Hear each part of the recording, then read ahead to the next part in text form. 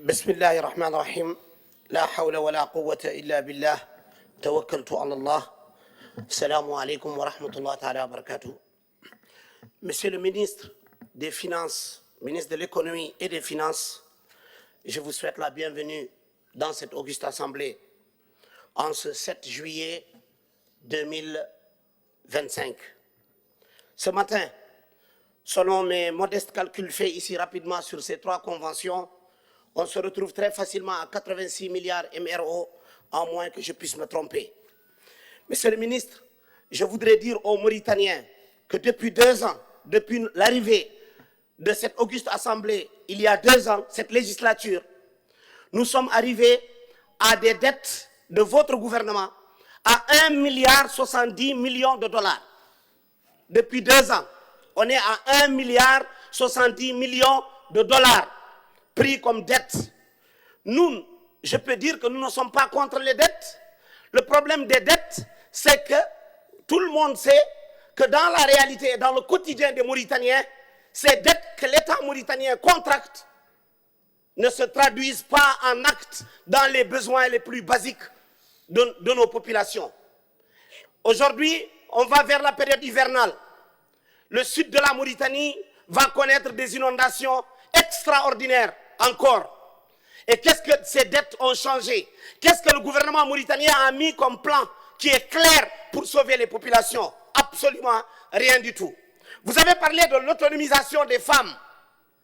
Et pendant ce temps, vous êtes une délégation de 8 personnes, aucune femme dans cette délégation. Cela est clair que vous vous contredisez, que les femmes sont reléguées au second plan. Elles ne sont pas importantes ni prises en considération dans le programme du gouvernement de Wuli Djaï.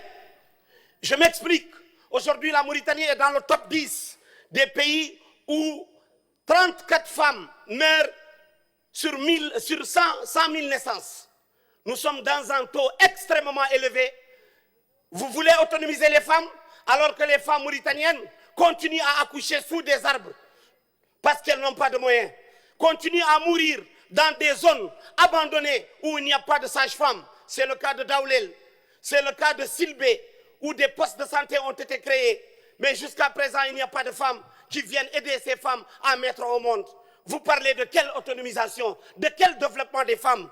Les femmes ont besoin d'abord d'être respectées par des lois qui les protègent contre les violeurs, contre les agressions sexuelles, contre les insultes dans les rues. Où est passée la loi qui doit protéger les femmes, la loi Karama? Absolument rien du tout. Mais quand il faut s'endetter, vous êtes les champions de l'endettement. Vous êtes les champions de prendre l'argent ailleurs, mais de laisser la corruption et le manque de transparence permettre à ces gens qui, aujourd'hui, être nommés coordinateurs dans un projet est égal à s'enrichir.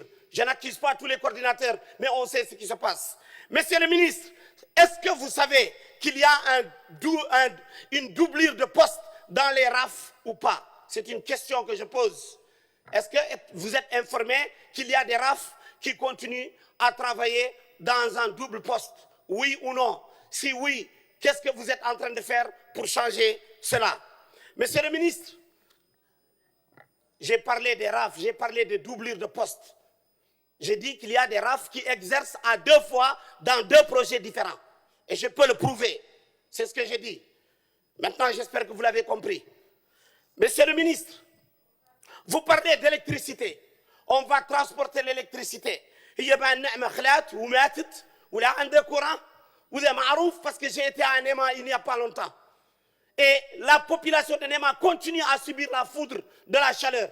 Qu'est-ce que vous avez fait pour changer? J'espère que l'argent que vous êtes en train de prendre ici va arriver à destination. Mais qu'est-ce que vous avez fait pour les autres zones?